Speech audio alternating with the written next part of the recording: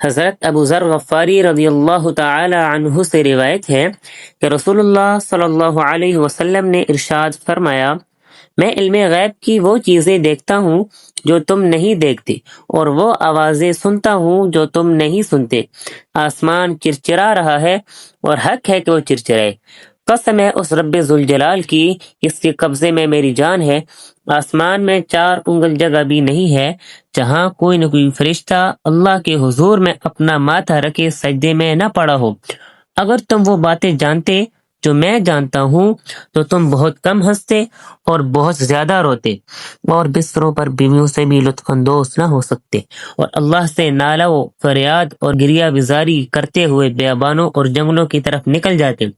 इस हदीस को नकल करके अबू ज़र रज़ियल्लाहु ताला अन्हु फरमाते हैं, काश मैं एक दरख्त होता जो काट दिया जाता। जामे तिर्मिज़ी।